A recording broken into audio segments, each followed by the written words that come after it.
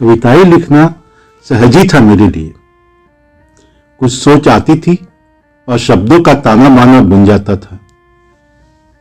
जानने वाले पूछते थे कि कैसे लिखते हो, तो बस बोल देता था कि कुछ शब्दों के धागों से बांधो बीते पल की यादों को, बुन लो पंक्तियों की एक माला और बन जाएगी एक कविता।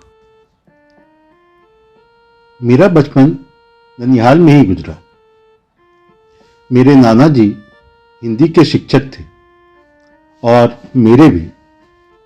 असल में जिस विद्यालय में प्रधानाचार्य थे वहीं से मैंने भी 10वीं की शिक्षा ली। शायद उनका प्रभाव था। और मेरे पिता भी, हिंदी का उनका ज्ञान बहुत ही अच्छा था।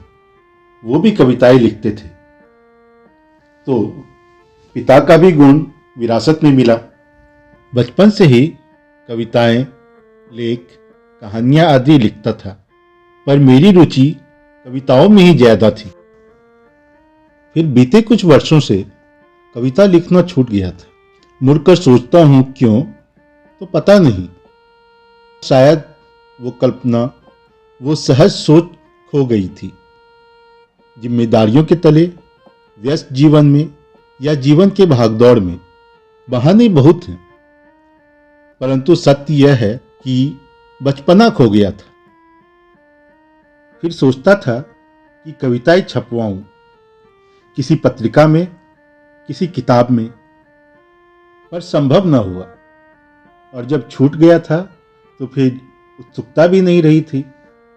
पर मैं एक सॉफ्टवेयर इंजीनियर, एक टेकी और पुस्तकों की ही सोचूं। सोचा कि बहुत सारे और भी तो रास्ते हैं। तो बस यह चैनल है आप सभी कविता प्रेमियों के लिए। बस सराहना और आशीर्वाद का इच्छुक हूं। तो प्रस्तुत है यही कविता जो मेरे चैनल का शीर्षक भी है। कुछ शब्दों के धागों से बांधो बीते पल की यादों को, बुन लो पंक्तियों की एक माला और बन जाएगी एक कविता। कुछ शब्दों के धागों से बांधो बीते पल की यादों को, बुन लो पंक्तियों की एक माला और बन जाएगी एक कविता। किसी की याद आए तो कुछ कहने सुनने का भी मन होगा।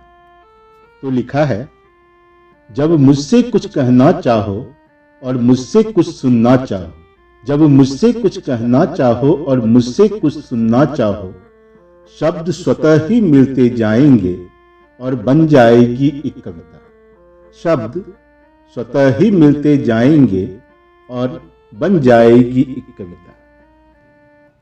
यादें आए तो आंखें नम हो जाना भी स्वाभाविक ही है, पर आंसुओं को व्यर्थ क्यों जाने दें, उससे भी कविता बन सकती है।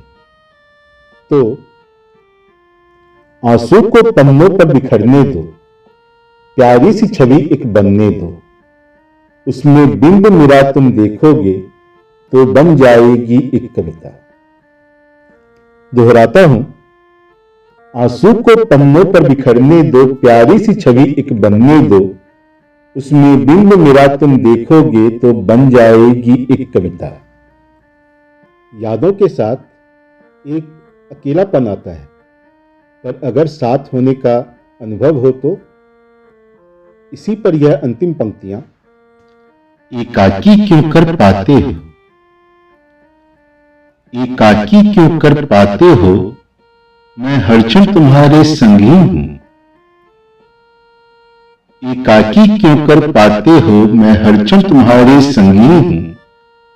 अनुभूत करो मुझे और हंस दो, फिर बन जाएगी एक कविता, बन जाएगी एक कविता, फिर बन जाएगी एक कविता।